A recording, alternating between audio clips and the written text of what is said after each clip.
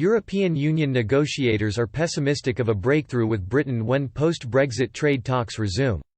One of Michel Barnier's top aides said he was not optimistic of the two sides can reach a compromise in next week's negotiations. Stefan de Rink dismissed suggestions that the bloc's demands are unreasonable. Speaking at an Institute for Government web event, he said, "As to our demands being unreasonable, well, these are our demands. No qualifications the UK can put to them will change our demands.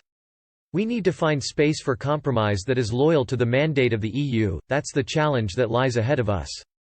Mr de Rink took aim at the government's claim it will accept trade tariffs between the UK and EU if Brussels refuses to compromise.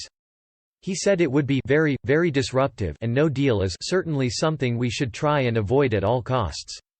It would be disruptive for these Brexit advocates who said that Brexit could mean cheaper food, he said. It will also be disruptive for EU agriculture in terms of export. So it would be disruptive for both sides. And it's certainly something we should try to avoid at all cost. Meanwhile, Mr Barnier, the EU's chief Brexit negotiator, criticised British negotiators for showing a lack of realism throughout the trade talks.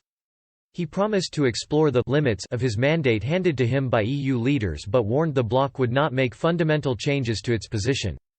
The Frenchman said, "The British have not understood or do not want to understand Brexit has consequences for them. The UK will not dictate to us the terms of access to our market for British goods, services, data, or for workers and businesses. There should be more realism in London in the near future if they want an orderly agreement to exit the single market and customs union." Mr Barnier said he was amazed by Downing Street's rejection of the bloc's plans as Boris Johnson had signed up to them in the political declaration. But ahead of trade talks next week, the Frenchman offered an olive branch, insisting a middle ground could be found if the UK stops trying to secure the best of both worlds for themselves. He said, "I know the rules and the limits of this mandate. I believe that I have certain skills to sound of possible compromises."